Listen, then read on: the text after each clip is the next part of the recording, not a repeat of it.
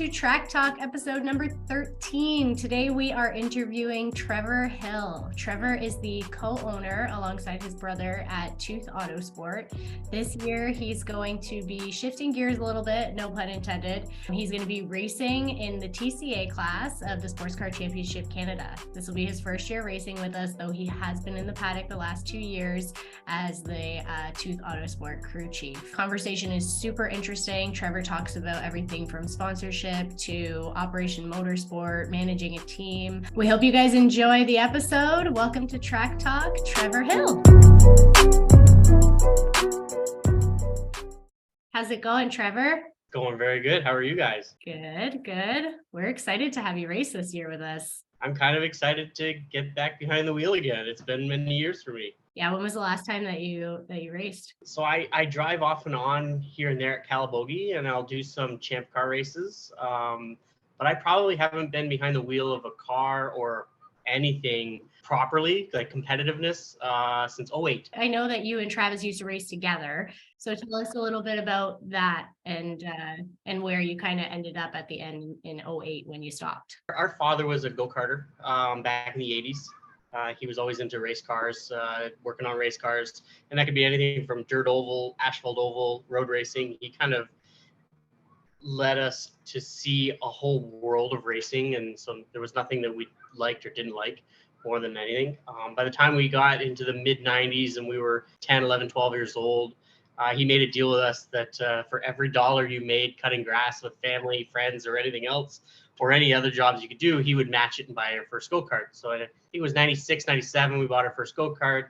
We started racing locally. I was actually racing at the Motorsport Kart Club in 97 or 98. Won a championship, and we just progressed from there. Travis and I both would race karts locally, regionally, with a lot of people that we see in the series, from Richard Boak, Kenny Reedman, many others that we've raced against and with over the many years. And we moved towards road racing, which was racing shifter karts on big tracks like Watkins Glen, VIR, Barber Motorsports Park, things like that. So we did that up until 2008. And 2008 is about the timeline that I decided to go to school properly. I didn't think there was an avenue for me to go professional racing. We didn't have the funding just to continue spending money the way we were in karts. And our dad always said, after go-karts, you're on your own. Like, I can't afford anything after that. So I went to school. I ended up going to school first as a mechanic, and the second time around, I went to school for accounting. So I finished all of that stuff because I had no idea what I wanted to do, except for maybe own a repair shop of some sort. I enjoyed working with cars, but I wanted to understand the business of it. So yeah, so by 2008, I stopped racing because there was no more avenue for me except for spending the money. Travis, on the other hand, continued. And I kind of followed in his footsteps and always helped him out as much as I could, physically helping out, working on cars and doing whatever until we started TWOth Autosport. That's awesome. So this has for sure been something that was ingrained, like part of your blood since you guys were born. My wife, Jenna, will always say that every time she comes home from somewhere, the TV's on to something racing. It is ingrained into us to a point where there is nothing on in the house except for racing. The only thing is racing that I don't control is I can't put racing stuff up in the house. That's her domain.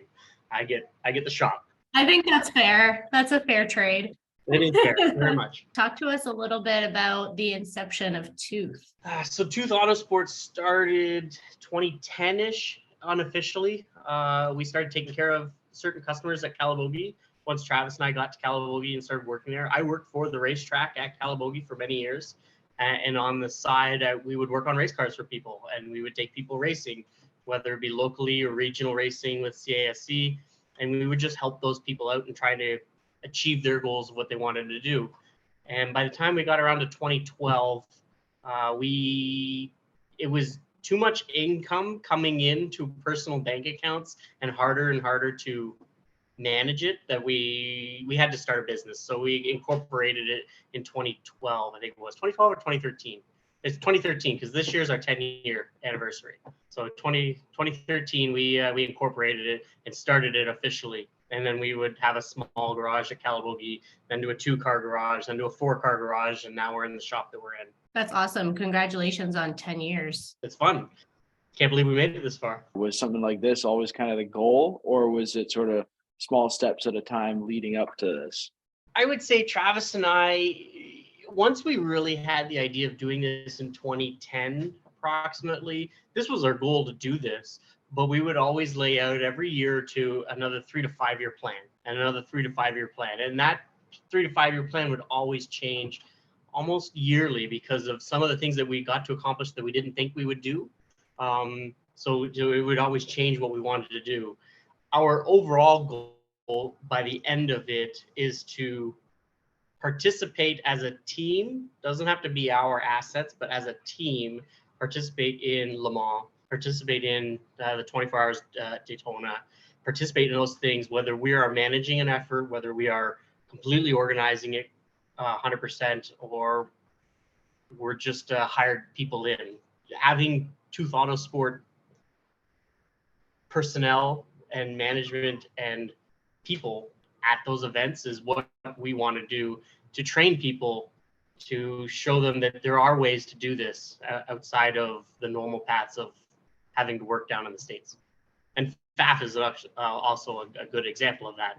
That this is now the first time in how many 20, 25 years that a Canadian team all on its own has done it without support from down south. Was it always kind of Travis doing more driver development stuff and you more doing the technician mechanic kind of role? Yes, because that was the natural fit for our experience, our expertise. I do have a lot of driving background like Travis. Travis was just really good at projecting what it is that he wanted people to learn and how. He was very good at communicating with those people. I wasn't as good at the communication except for face-to-face. I'm not good at the writing and everything else, but I understood the physics. I understood the car, the mechanical, the empathy of everything that needed to go on. And it was just a really good working dynamic of that's how we wanted to build the business off of. Every once in a while, when I had my opportunity, I would still drive. I would still do anything I could to get behind a wheel to tick that box, every few months or every year or so to go, yeah, I could still do it. I could still kind of climb behind the wheel and not crash a car or finish well. And we've done that over the years. Like even in Champ Car, Travis has always been involved with the driving and the driver development stuff. But in Champ Car stuff, in 2017, between our current engineer, Jose, Travis, myself, and another gentleman, we won the Champ Car Championship down in the States. So we always knew we had the ability to do it. We could build the car, we can manage the program, we could do everything. Now, around that time, it was time to bring people from outside of our group in and then teach them those ropes and show them how to do that. And that's kind of where we are today, is that constant evolvement of building other people into our system and letting them grow, and then like a bird, sending them off to somewhere else.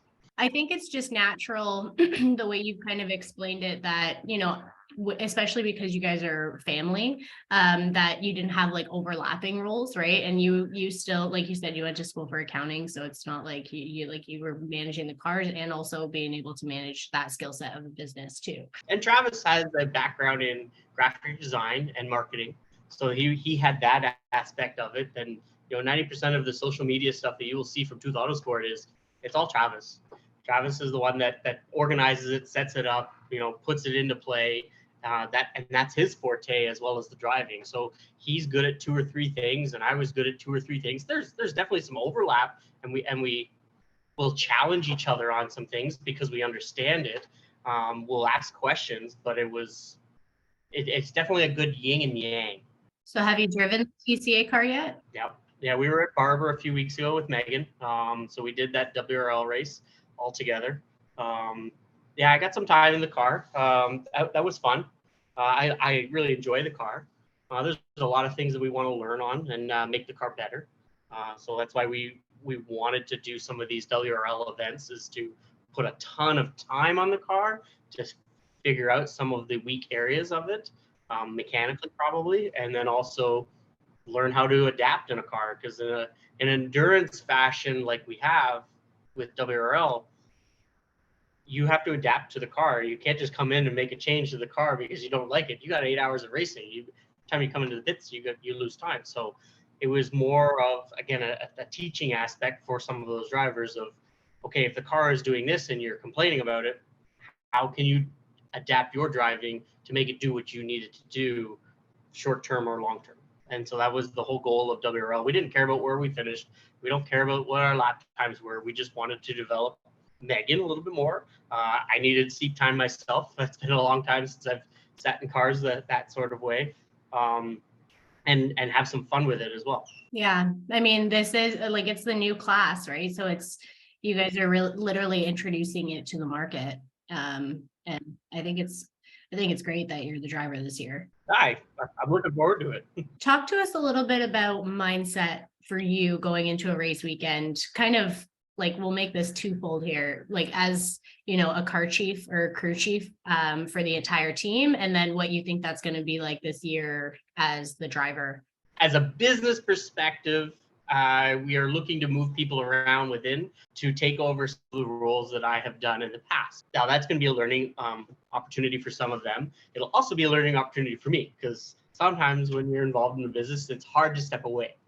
So I'm going to have fun, not wanting to get my hands involved with the Audis or the other Honda or other people, or changes on the cars or how to change an engine. I'm going to have fun with that. So we'll see how that kind of goes from a mindset perspective. I'm still always going to be, you know, I guess you'd say a part owner, or my title, I guess, still with the business is more of the competition director of anything that goes on in the shop, and then how we prepare for a weekend. So my mind is still going to be in those positions. I'm just going to have to put my helmet on and close the visor and not think of anybody else. Visor down, brain off. So we'll see how that kind of goes. From a race car driver perspective, again, it's been a long time since I've really done this for more than fun, as much as this is going to be fun, but I haven't done this for a while. So I haven't figured out what I want to do. I typically, in the past, I've been one to be quiet, because I can talk, I can chat with anybody, and I can get myself into trouble that way. But I probably just being in a quiet spot to clear my head, to put my visor down, to do the things that I need to do, and then visualizing for myself is very important. So just spending 5-10 minutes to visualize, what do I need to do around the track? What do I need to do for this session? What are my priorities that we need to accomplish, whether it's practice, qualifying, or racing, all those things. Yeah, this is where your experience from driving before comes in now. Yeah, hopefully I can find it back there. If you could race in any motorsport series, era, what would it be? What would the car be? So I have two kind of answers for that, because I grew up in a background where I had so much racing involved and around me. I would say from a sports car perspective, the 70s, 80s vintage of sports car racing, back to the GTP days, GTO, GTU, all of those things. Those cars I found really raw, very neat. There was no traction control, there was no ABS, there was no nannies or anything, and just some of the street circuits that they had, from Detroit to Vegas and Miami, that was always very intriguing to me, and I'll always find ways to watch those sort of videos on YouTube. So that was definitely one of them. The other one was the 90s and 2000s NASCAR, because I grew up in that era watching that. I have a lot of favorite drivers, and I always thought of how to get into NASCAR when I was a teenager, because that's what I watched every weekend. And there was avenues in the early 2000s for kids to go through those programs. They had the famous Roush Gong Show and a whole bunch of other of these tryout programs that I would have loved to get an opportunity to get into it. And I see where some of those, I call them kids because they were all my age back then, how they came through those programs, and they are now full-fledged drivers in many different series. Drivers like AJ Allmendinger, Reed Sorensen, Casey Kane, they all came through those sort of doors. So I kind of see myself as, I could have done that. I chose not to. I did other things, but yeah, so I always look at the NASCAR world as well. Who were some of your favorite drivers from back then? I grew up as a Rusty Wallace driver, or Rusty Wallace fan, sorry. I had number 2 Miller Genuine Draft everywhere. I had jackets, I had hats, I had T-shirts. That was my favorite driver from a NASCAR, from a fan perspective. So, yeah, describe your relationship with your team. Obviously, in a way, you kind of are your team, but maybe specifically the people that you brought on board, kind of how you were saying earlier, to help give them opportunities in motorsport as well, not just drivers, but mechanics and engineers and stuff too. So we'll have a core group of guys that work at the shop, and they work for TWOth Autosport full time. Lissandro would be one of those guys. Mark Kelly would be another one of those guys. Hunter, who works for engineering with us at the track, but also at the shop. He's in charge of parts, inventory, and all of our Shopify store because he has a background in Shopify stuff. So we have a good mixture of people that do things shop at the track. We have a full-time guy at the shop that just coordinates everything that goes on in the shop. He's a former mechanic himself. He used to actually work for TWOth Autosport many years ago, and now he's come back. So he manages all of what cars need to come in and come out, what cars need to get finished. But yeah, so it's about finding the right people. People are very important to your business in any industry. So finding the right people that fit and gel, the chemistry of everybody.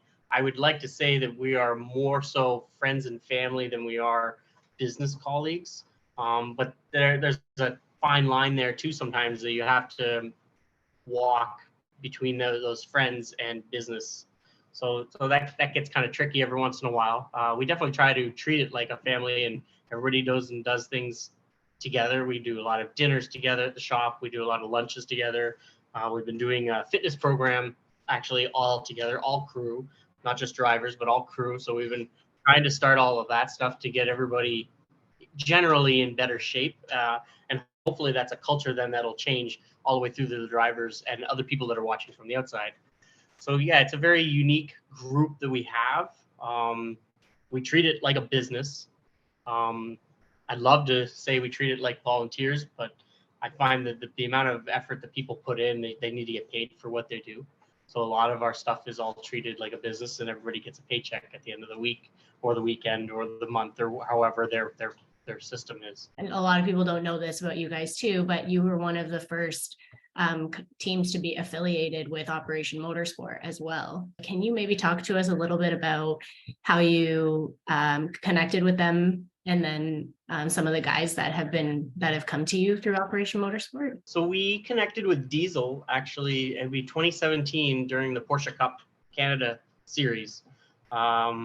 Just a random conversation that we had with him in the IMSA hauler actually at Toronto Indy. And it started a conversation that would we be interested in taking on people for an aspect like this? And I think if it wasn't near the end of that year, it was early on in 2018 that we got our first beneficiary. And then almost every weekend we would get, and it didn't matter if we were doing a Porsche weekend. Back then when we got the first Audis and we were running in a touring car championship, we had others. We would get more people. We would even run guys for chump car races down in the States. So we would get all sorts of people coming from different places. And some of these people would work out because this is what they love to do and they saw the benefit. Some people would do their first weekend and go, yeah, this isn't for me. This isn't what I really was looking for. So we saw a whole bunch of walks of life come through. A few of the ones that stand out to us that are still involved and still do things, Theo Brosma. He actually worked for FAF as well. He also worked with Allegra. He did a lot of stuff with us at TWOth. He now works for a consulting firm in London that does stuff for GM. So he's got a full-time job in engineering of exactly what he wanted to do. Hunter Reeve is another one that has come now through TWOth Autosport. He's still with us. He comes from aircraft maintenance, but he also had a background in building websites and doing a whole bunch of other things that way. So he's got a background there, and he's still with us. I'm trying to think who else is in our group. Mel Gallagher. She's a part of TWOth Autosport. She's done a lot of hospitality things with us. I'm trying to think of who else has come through. Matt Hayat. Yeah, he does a lot of tires with us. He's a retired military guy as well. He's out of the Kemptville area. So we've had quite a few guys come through ours from a returning perspective, we've had a lot. I can't even count how many single event guys we've come through, and it's really neat to see those people light up when they see race cars, hear race cars, be a part of the team, feel welcome. We try to give people as many tasks as they can safely do without affecting them. And sometimes they're there just to enjoy the weekend. And it's understanding that expectation going into the weekend that helps you plan out your weekend. I think it's awesome. And I mean, Tiffany and Diesel are doing amazing work. Just for the viewers, if you don't know what Operation Motorsport is, they are an organization that helps to rehabilitate military veterans, Canadians, through motorsport. So there's a lot of parallels between the military and motorsport. And like I said, these guys are changing lives, and so is TWOth. This is the hot lap section, rapid fire Q&A. Some answers if you want to dive into more, that's all good. But yeah, I'll start firing them off. So first one, do you prefer wet or dry races? Dry. I enjoy the wet racing. I'm not sure I enjoy the variable of it. And definitely don't like the cleanup afterwards. Most important to you, corner entry, apex, or exit? Exit. It's all about speed. Get out of there. What's a bucket list track to drive? Spa. What's a bucket list event to attend as a fan? Bathurst 1000, the Australian supercar race. Do you have a favorite Mario Kart character to play? Yes, Toad. It was always actually my nickname through high school and college. If you could use a Mario Kart power-up in real life on track, what would you choose?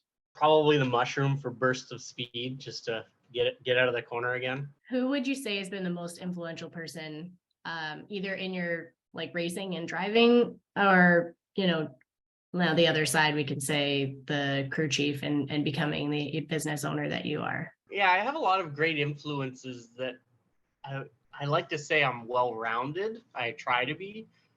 From driving, definitely, Travis is definitely one of my influences of how to conduct myself, hopefully this year, as driving. So that'll be an interesting one to see how that one kind of goes. From a business perspective, my mother has always been really good from a finance background, and my stepfather, to help us with the proper things we should do as a business and the proper channels you should be going and looking at things. We also, Travis and I, as a business, we also have a business mentor, Steve, and he's very, very, very integral in our business. So he's very much someone that is influential on how we conduct ourselves as a business as well. Obviously, Jenna is a big part of my influence of making sure that I'm well-grounded. I keep my schedules and I keep my promises that I need to have the proper family life balance, because that's very important for just life in general. It's very easy to get distracted by race cars. So, and keep seeing the shiny things and everything that keeps coming. And then I'd say my father, from a crew chief, from a mechanical side of things, he's always been very good at, being realistic on how to expect things to work mechanically, and keep digging. Don't stop. Just keep working if that's what you want to achieve. So as a team owner and a business owner in the Canadian motorsport landscape, what is your perspective or opinion on the current state of Canadian motorsports, and where do you see opportunities for growth? I would love to see opportunities grow to get more kids and show them more pathways out of go-karts. I would love, actually, I had this conversation with Sam actually the other day as well, as getting kids out of karting is important and getting them into cars if that's the direction that they want to go. But finding ways to keep them inside Canada is very important. And there are many other opportunities to go to the US and do this racing.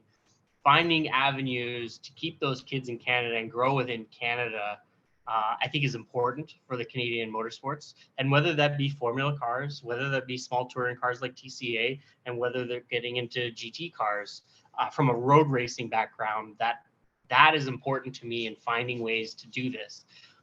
There are a lot of people that dip their toes in the water and try different series, and try different ways of bringing those series into Canada. But yeah, I'd love to find a way to do that, but also be very cognizant. And this is one of the things that TWOth Autosport's always done, is it has to be self-sustaining. We can't just do this for a year or two and the bottom falls out. We have to find a way from a business perspective to make sure that this is sustainable and can continue for 3 to 10, 15 years down the road. And whether that be reshuffling some of the ladders that we currently have, whether that be obviously bringing in money always helps. It's definitely, there's nothing wrong with money, but we got to find other ways to do it without a constant influx of money. What is that answer? I don't know, but I'd love to find ways to keep Canadian motorsports growing in Canada like it was in the 80s and into the 90s without that influx of money, if there's a way. I think you're right. I think you kind of hit the nail on the head. A big part of it is the stability. And for, kids who are coming up and learning how to race, what's the logical next step? And that was one of the reasons why when FEL announced or talked about the possibility of TCA, that was something that was really important to Travis and I to get involved with, because that is another rung just below TCR to get people into touring cars and possibly out of karting. Because when you look at budgets of what kids can spend in karting, there's no reason why you can't do it in touring car. Now we just have to find ways to help promote those kids when they get into the cars, or it doesn't have to be kids, but promote the people that are getting into those cars that want that trajectory to get them to that. So in my lifetime, Canadian motorsports has primarily just been Ontario and Quebec, right? That's it. Now, 80s and 90s, I know there was like Formula Atlantic races in Halifax, in Vancouver. Do you think that's a big part of it too? And if to continue grow Canadian motorsport, would it be something to really focus on nationally, not just what we have here in Ontario, Quebec? It's something we have to do. We have to find a way to do it. What is it? 50% of our population is between Quebec and Ontario, or at least along the St. Lawrence Seaway, like that portion. But there's still another 50% or whatever that percentage is that is in the Maritimes and also in the West Coast. So we have to find ways, and it'll take partners to help us transport and logistically get to those events. But there's got to be ways to do that by train, by truck, by whatever, to get these events to there. Is it important for the series to survive? Probably not, but it might be important if we want to be recognized in all of racing as a national series, right? Instead of a glorified regional series, is to be able to hit a market in the West Coast or two and hit a market in the East Coast. And there's ways of doing it like they used to do it back in the day of Halifax on the streets, the old Vancouver Indy on the streets.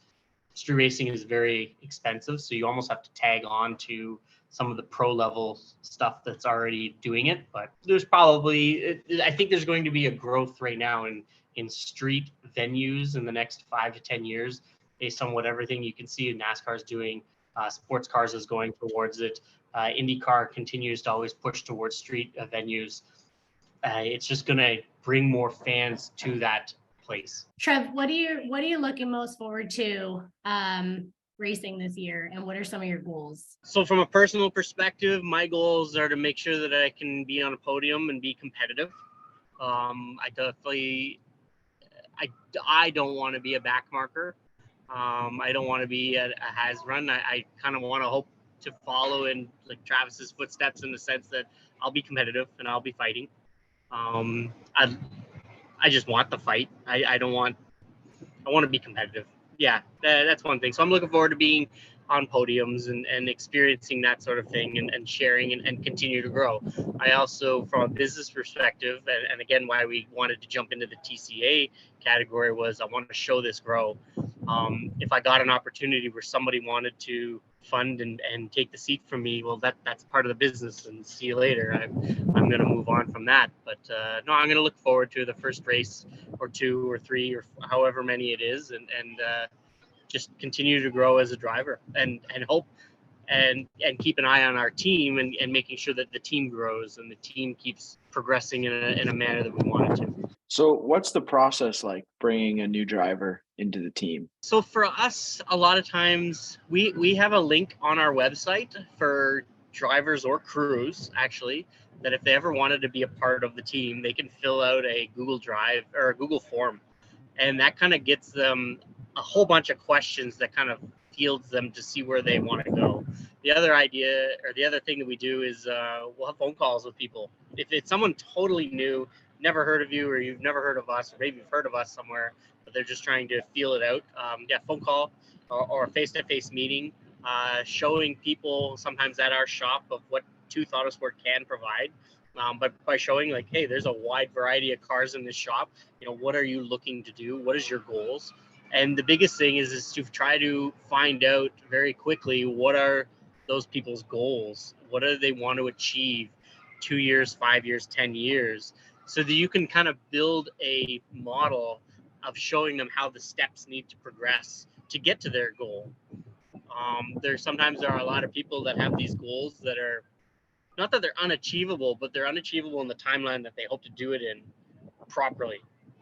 And sometimes the worst thing that we see that we hate to see is someone that comes in that might have the resources to achieve this goal really quickly, but they burn out extremely quickly.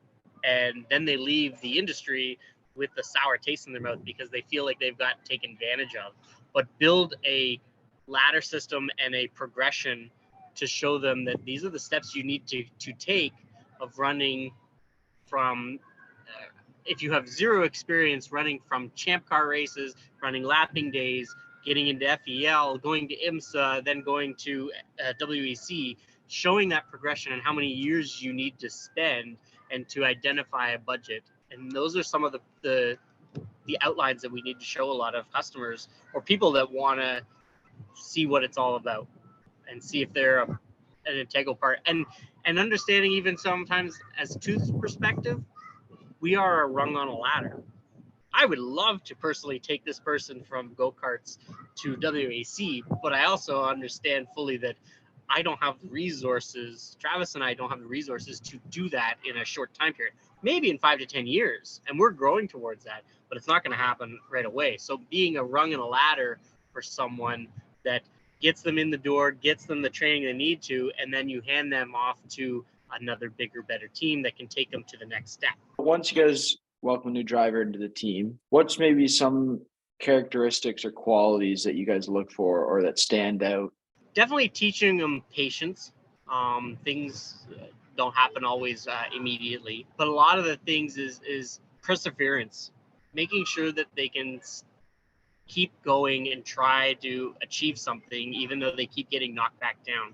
Racing and many sports can be very cruel mentally to people, and you're not always going to have up days. You're going to have in racing, as opposed to some other forms of sport, racing you will also have the mechanical aspect that fails on you more than the body or more than the mental side of things, right? So there's a lot of things you can control and a lot of things you cannot control, and being aware of the things that you can control, you need to understand those items and not worry about the things that you cannot control. So those are some of the stuff that we try to teach people, young and old. It doesn't matter who. Loyalty is a very important part to any relationship, to anything that you're doing, whether it's personal or business. So making sure that they understand, by going other places or by asking other people stuff, you do affect how business is conducted. And also making sure people are aware that this is, yes, we do this for fun. We get enjoyment out of this as TWOth Autosport, but it's still our business, and it's still a business that needs to thrive and continue. So explaining that to some people, because some people still, they might have the idea that because it's their fun, it's our fun too. And it's true to an extent, but it's still a business that needs to be conducted, which means the bills need to be paid and money needs to come in, and it needs to work in both ways in order for it to continue. Because if it's not respected that way, then it can't continue. And if it doesn't continue, that means you don't get to achieve that end result in the end. Talk to us a little bit about your view, your Travis's view as a company when it comes to sponsorship and being active online and obtaining and retaining and building those relationships with sponsors. It starts by building relationships, and you have to usually start out very small on a lot of those relationships, and you have to manage your expectations as well as their expectations of what the relationship is about. The biggest thing that we find is 99% of companies or people, they don't care what you want as the race team or as the driver. They want to know what can you do for them, right? So you got to find all these value adds that you can provide to company ABC that'll help them achieve the goals that they might have as a business. And they may not be telling you what those goals are, but by doing some research online on their social medias and everything else, you can find out, you can make assumptions, you can find out pretty quickly what are they trying to target and what are they trying to sell and what are their goals as their business to improve.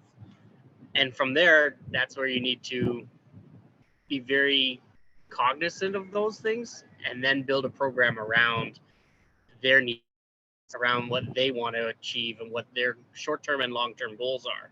And from there, then you can build in your program. But it is about building relationships. It's a friendship thing. It's about inviting people out to track days, to race events, t-shirts. It's about, it takes a while. We've never encountered it where it's like, sure, how much do you want? Here's my money. It never works that way. It takes a long time to build those relationships with people. What advice would you give to a younger driver about just kind of entering the motorsport world in general?